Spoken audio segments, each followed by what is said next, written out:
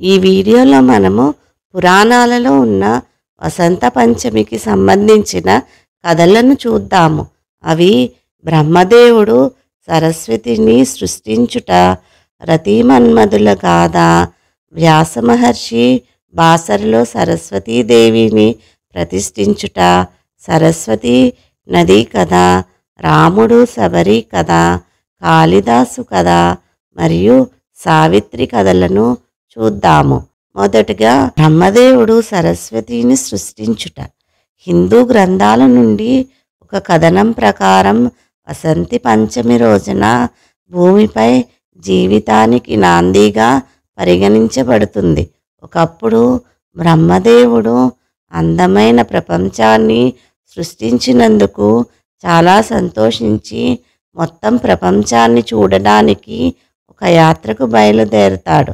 మొత్తం ప్రపంచాన్ని సందర్శించి పూర్తిగా నిరాశ చెందుతాడు.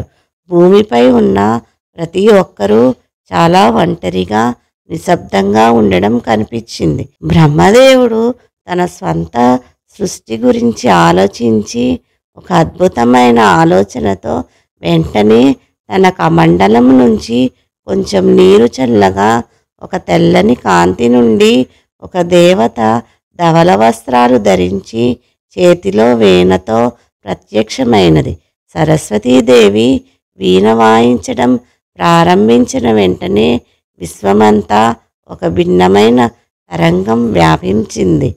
ప్రతిదీ చాలా అందంగా మారింది. మానవులకు వాక్కు వచ్చింది. దీని సహాయంతో ఒకరితో ఒకరు మాట్లాడుకోగలిగారు.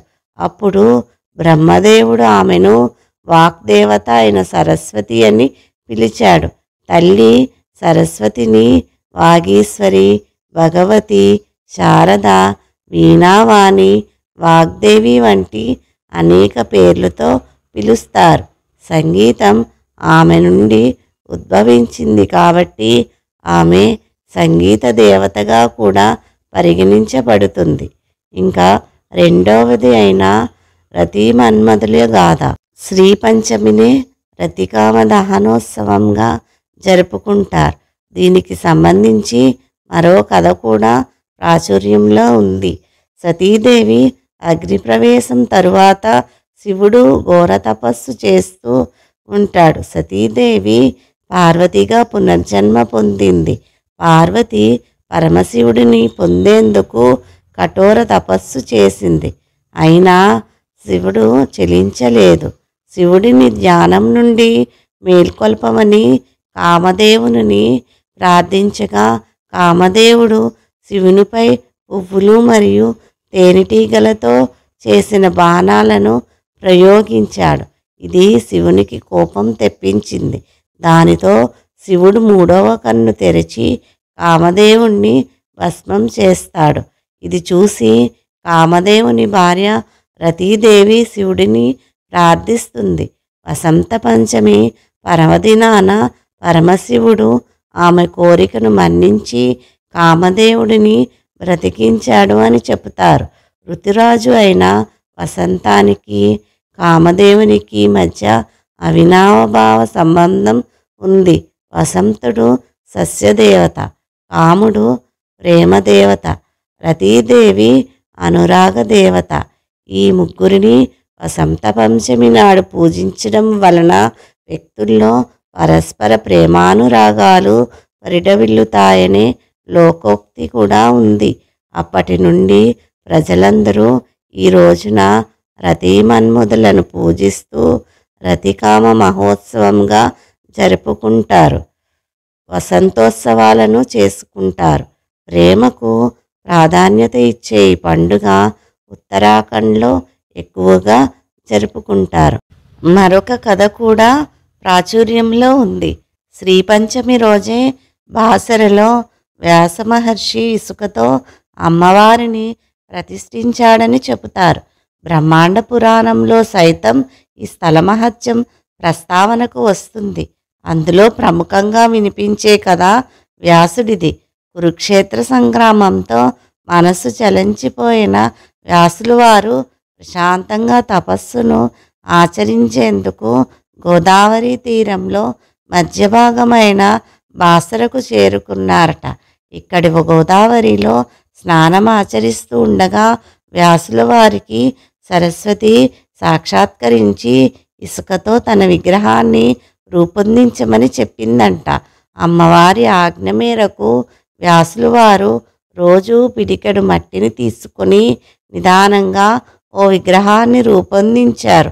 అదే ఇప్పుడు కనిపించే మూల విరాట్టు అని చెబుతారు. ఆ మూల విరాట్టుకి నిత్యం పసుపు రాస్తూ సరికొత్త రూపిని భక్తులు దర్శించుకునేలాగా చేస్తున్నారు పూజారులు. అమ్మవారి విగ్రహానికి సమీపంలోనే మహాలక్ష్మి, మహాకాళి విగ్రహాలు కొలువై ఉంటాయి. ఇలా ముగ్గురు అమ్మలు ఒకచోట కొలువై ఉండడం కూడా చాలా అరుదుగా కనిపిస్తుంది. ఆలయంలోని విగ్రహం వ్యాసుల వారి చేతిలో రూపొందింది కనుక ఈ ప్రదేశానికి వ్యాసర అన్న పేరు ఉండేది. అలా అలా రూపాంతరం చెందుతూ వ్యాసర కాస్త బాసరగా మారింది. అంత మహిమ కల క్షేత్రంలో వ్యాసుడు ఇసుకతో అమ్మవారిని ప్రతిష్ఠించిన వసంత పంచమి రోజున పిల్లలకు ఇక్కడ అక్షరాభ్యాసం కనుక చేస్తే వారి విద్యకు డోకా ఉండదని నమ్మకం. 4వ కథ సరస్వతీ నదిది. సరస్వతీ నది వాయువ్య భారతదేశంలోని పురాతన నది. కొంతకాలం ఎండిపోతుంది. వసంతకాలం రావడంతో హిమానీ నదులు కరిగి సరస్వతీ నది ప్రవాహాన్ని పెంచుతాయి. నదీ ఒడ్డున ఏపుగా పెరిగిన ఆవ చెట్లు పూలు పూసి పసుపు రంగులో ఆవాల పూలతో నదీ తీరాన్ని ఎన్నో మైళ్ళ మేర అలంకరించినట్టుగా అద్భుతంగా దర్శనమిస్తూ ఉంటాయి. పసుపు రంగు భారతీయ సాంప్రదాయంలో జ్ఞానాన్ని సూచిస్తుందని చెబుతారు. ఇది వసంత రంగుగా చెప్పబడింది. దేవతలు సైతం ఈ వసంతంలోనే వివాహం చేసుకున్నారు అని, దానికి ఉదాహరణగా శివపార్వతుల వివాహం కూడా ఈ కాలంలోనే జరిగిందని చెబుతారు. మరొక కథనం ప్రకారం విష్ణువు అవతారమైన రాముడు మాత శబరి సగం రుచి చూసిన ద్రాక్ష పండులను ఈరోజే తిన్నట్టుగా చరిత్ర చెబుతుంది. ఈ పవిత్రమైన రోజును గుర్తించుకోవడానికి వసంత పంచమి పండుగను కొన్ని ప్రాంతాలలో జరుపుకుంటారు. ఇహ 6వదైన కాళిదాసు కథ. కాళిదాసు తరువాత జీవిత కాలంలో గొప్ప కవిగా మారినప్పటికీ ముందు అజ్ఞానిగా మరియు తెలివి తక్కువ వాడిగా ఉండేవాడు. జ్ఞానం లేకపోవడం వల్ల ప్రజలు అతనిని తక్కువ అంచనా వేశారు. భార్య తనను వదిలివేయడంతో ఆత్మహత్యకు పాల్పడినప్పుడు నది నుండి సరస్వతీదేవి కనిపించి అందులో స్నానం చేయమని చెప్పి దివ్య జ్ఞానాన్ని అందించింది. స్నానం చేసిన తరువాత కాళిదాసు ప్రసిద్ధ కవి అయ్యాడు. శాకుంతలం వ్రాసాడు. హిందూ పురాణాల ప్రకారం వసంత పంచమి రోజున కాళిదాసు యొక్క రూపాంతరం జరిగింది అని నమ్ముతారు. అందువల్ల వసంత పంచమి పండుగలో భాగంగా ఈ రోజున అతని కథ తరచుగా చెబుతారు. ఇహ ఆఖరిది అయిన సావిత్రి కథ.